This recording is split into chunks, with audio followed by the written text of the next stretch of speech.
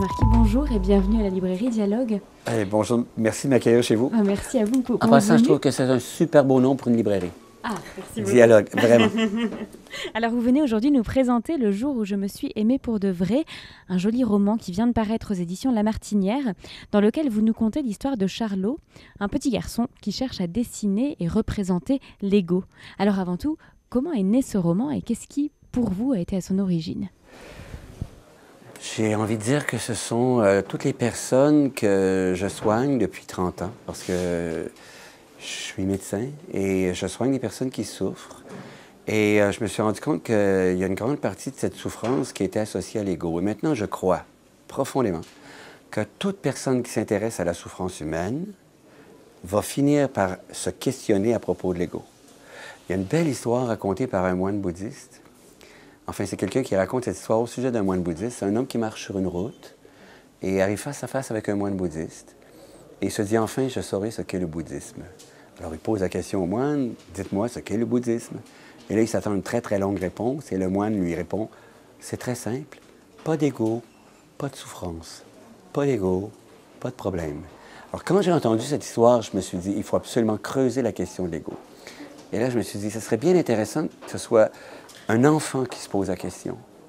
Parce que très fréquemment, des personnes qui nous parlent de ces questions-là sont des personnes qui peuvent nous paraître inaccessibles.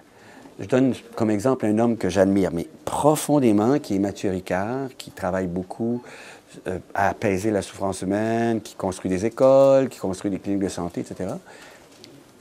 Mathieu Ricard, c'est un moine. Alors, on peut parfois se poser la question, est-ce qu'il faudrait que je devienne moi-même moine pour pouvoir comprendre ce que Mathieu Ricard comprend? Et il y a une autre personne qui est très connue, qui s'appelle Eckhart Tolle, qui a écrit le livre « Le pouvoir du moment présent ». Lui, il raconte qu'il a passé je ne sais pas combien de semaines sur un banc de parc, puis qu'il a connu tout à coup l'illumination. Alors, on peut aussi se poser la question, faudrait-il que j'aille passer plusieurs semaines sur un banc de parc dans l'espoir de connaître la même chose que lui? Donc, ces personnes-là qui nous donnent des enseignements magnifiques, peuvent nous paraître inaccessibles. Alors, je me suis dit, si c'était un enfant qui s'interrogeait et qui pouvait nous permettre de découvrir qu'on est tous et toutes en mesure d'apaiser l'ego, pour apaiser la souffrance qu'il génère et entrer dans ce que j'appelle la présence, qui permet de savourer complètement la vie.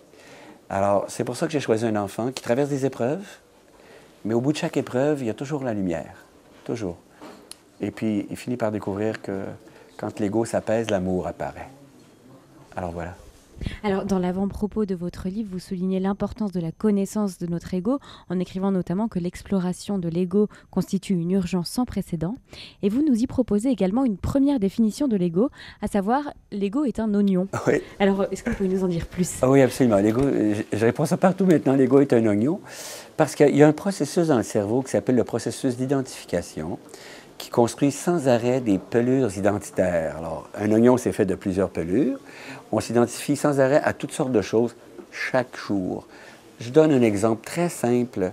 Présentement, il y a un tournoi de tennis en France, Roland-Garros. J'aime regarder le tennis à la télé. On ouvre la télé, il y a un match. Il y a deux joueurs qu'on ne connaît pas du tout. On n'a jamais entendu parler d'eux. Un qui vient de la Chine, par exemple, et un qui vient de la Roumanie. Le processus d'identification s'amorce. Pour toutes sortes de raisons qu'on ignore, peut-être parce qu'il y en a un qui n'a pas lancé sa raquette ou qui n'a pas injurié l'arbitre, on s'identifie à ce joueur. Ce qui est très intéressant, c'est que s'il gagne, on se sent bien. S'il perd, on se sent mal. 2 minutes avant, on ne le connaissait pas.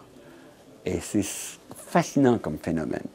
Chaque pelure identitaire, et c'est là qu'est le problème, pour le cerveau, devient l'objet de quelque chose qu'on doit protéger.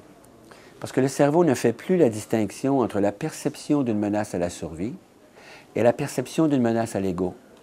S'il y a perception d'une menace à une pelure identitaire, par exemple, quelqu'un émet un commentaire négatif à propos de quelque chose qu'on a fabriqué, auquel on se serait identifié, le commentaire négatif n'est plus perçu comme un commentaire à propos de l'objet qu'on a fabriqué, mais à propos de ce que nous sommes. Un artiste, par exemple, qui subit des critiques négatives à propos d'une peinture, il y en a qui dépriment. Et ce sont des commentaires à propos de la peinture et non pas à propos de son être. Alors, on fabrique toute notre vie des pelures identitaires sans arrêt et notre cerveau est constamment en train de vérifier s'il y a quelque part menace à chacune des pelures. Et là où il y a un problème, c'est qu'il y a une grande confusion. On a l'impression que si la pelure identitaire disparaît, nous allons disparaître. Alors, une caractéristique profonde de l'ego, c'est la peur. La peur de disparaître. Et à cause de ça, on se fait souffrir inutilement en surveillant constamment ce qui pourrait être l'objet d'une menace à quelque chose que nous ne sommes pas. On s'identifie à ce qu'on possède. Et je vais terminer par cet exemple-là, cette réponse à la question. On est dans une boutique. Je donne souvent cet exemple-là en conférence. On essaie un vêtement. La personne qui veut nous vendre le vêtement active le processus d'identification à travers une phrase très simple. On est devant la glace et elle dit « Mais c'est tout à fait vous, ça. » Et là, on fait « Ah, vous trouvez? » Et là, la personne ajoute « Absolument, c'est votre palette de couleurs, c'est votre style. » Et là, elle ajoute la phrase qui enfonce le clou « On n'en a qu'un à votre taille. » Alors là, on fait l'ego. Il va me rendre distinct, différent, unique. On achète le vêtement. On arrive à la maison. Devant nous, il y a les personnes qu'on aime le plus au monde. Elles nous regardent et nous disent « Mais qu'est-ce qui t'a pris? Est-ce que tu t'es regardé 2 fois? Et combien ça t'a coûté? » Comme c'est une pelure identitaire, qu'on s'est identifié au vêtement, le cerveau ne perçoit plus les commentaires comme des commentaires à propos du vêtement, mais à propos de notre être.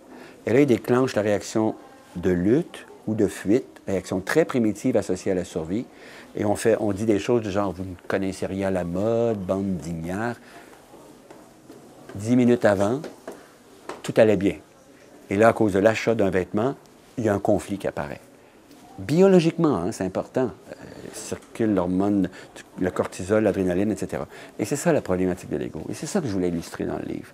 Pour qu'on passe de l'ego à la présence, là où est la paix, là où est l'amour, là où est ce qu'on permet de savourer la vie.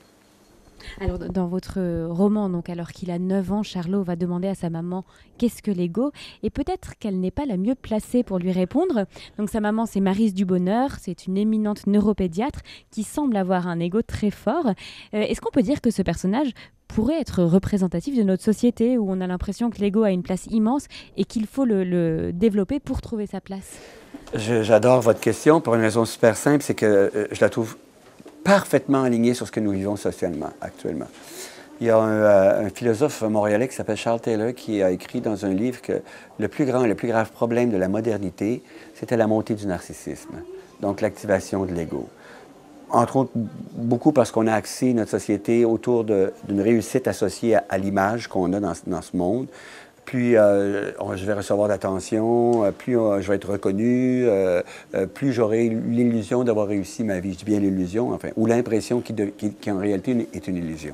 Alors, et socialement, présentement, c'est omniprésent, cette illusion qu'il faut absolument recevoir beaucoup d'attention pour être quelqu'un qui a réussi sa vie, ce qui est complètement faux. Moi, j'ai adopté une définition de ce qu'est réussir notre vie. C'est très simple en ce qui me concerne. Réussir sa vie se mesure au temps qu'on a passé dans la présence, littéralement. Et ça, on ne recevra jamais de médaille pour ça. Il n'y a pas d'Olympique de la présence. Il n'y a pas le champion mondial de la présence. Ça n'existe pas. La présence, c'est chaque être humain qui est complètement présent à l'autre. À soi-même aussi, dans certaines circonstances, quand la tristesse apparaît, la peur, l'observer pour découvrir si oui ou non elle est justifiée, et à l'autre. Dans l'écoute qu'on peut offrir à l'autre, un parent qui écoute son enfant, etc. Il n'y a pas d'Olympique pour ça. Il n'y a pas de médaille pour ça. Mais ça, c'est réussir sa vie, réellement. Et là, on n'est plus dans l'ego. Mais justement, vous parliez tout à l'heure de la peur de l'ego, enfin la peur que provoque l'ego, parce qu'on a l'impression que si l'ego disparaît, c'est nous-mêmes qui disparaissons. Est-ce qu'au contraire, justement, avec cette présence, on apparaît dès qu'on se libère de l'ego? Tout à fait. Absolument. Dès que l'ego s'apaise, et là, il y a une phrase magnifique que je prononce aussi partout parce que je veux rendre hommage à la femme qui l'a prononcée, qui s'appelle Marie de Hennezel, qui a dit un jour dans une conférence à Montréal, « Il faut découvrir en nous ce qui ne vieillit jamais. » La première chose qui en nous ne vieillit jamais, c'est la capacité d'être présent ou présente. Ça n'a rien à voir avec l'ego parce que l'ego nous empêche d'être dans la présence, puisqu'il est toujours en train de vérifier si oui ou non il y a une menace à ce qui le définit, une ou l'autre des pelures identitaires. Donc, il nous empêche d'être dans la présence. Et c'est pour ça que c'est fondamental de découvrir comment passer de cette activité égoïque à la présence. Comment découvrir où est notre attention. C'est ce que Charlot découvre dans le livre. à travers les épreuves qu'il vit. Et c'est ce qu'il enseigne avec des amis à lui, c'est ce qu'il enseigne à des adultes. Et il leur fait découvrir aussi que c'est impossible d'être dans l'amour si on est dans l'ego. Impossible. Parce que pour être dans l'amour, il faut être dans la présence. Impossible d'être dans l'amour si on n'est pas dans la présence. Impossible de savourer la vie si on n'est pas dans la présence. Et c'est ça que Charlot apprend et enseigne à travers tout le bouquin. Alors, à travers les nombreux personnages de votre roman et leur parcours, vous invitez finalement le lecteur à suivre un chemin vers plus de présence et moins d'ego. Et lorsqu'on referme le livre grâce au personnage lumineux qu'est Marie-Lou, il y a une phrase qui nous reste en tête, comme un mantra. Il s'agit de « Reviens ici ». Alors, qu'est-ce qu'elle représente pour vous, cette phrase, et comment est-ce qu'elle peut nous accompagner dans notre quotidien? Vous avez vraiment bien lu le livre et je suis très touché par cette lecture-là. Parce que pour moi, c'était vraiment très, très important que cette phrase-là puisse être la clé du livre. Elle est très importante dans ma propre vie. Je m'en sers chaque jour. Quelqu'un m'a écrit récemment un courriel en me disant « Merci de nous avoir donné un raccourci vers la présence ». Et je me disais « Ah, la personne a très bien compris ». Parce qu'un raccourci vers la présence, c'est « Allez, reviens ici. Tu n'es plus là. Tu es dans ta tête, dans ton mental, dans ton hamster, un livre qui a précédé. Reviens ici. » Et quand on prononce cette phrase-là, comme un mantra, effectivement, on peut ramener notre attention complètement ici. Le visage de la personne avec laquelle on échange, ses mots, etc. On peut revenir complètement ici. Et cette phrase est très simple. Et moi, je m'en sers d'innombrables fois chaque jour. Serge, tu n'es plus là. Reviens ici. Paf. Reviens dans ce que tu as dans la bouche pour le savourer complètement. Tu n'es plus là. Ta tête est ailleurs. Tu es en train de penser à ce que tu as dit ou tu aurais dû dire ce matin que tu n'as pas dit et à ce qu'on va penser de toi puisque tu ne l'as pas dit. Donc ça, c'est l'ego. Alors reviens ici. Reviens ici. Et c'est une clé qui m'habite et qui m'est extrêmement utile. Je suis super content que vous souligniez ça parce que en ce qui me concerne, c'est une clé. Et je crois qu'elle peut être utile à plein de gens.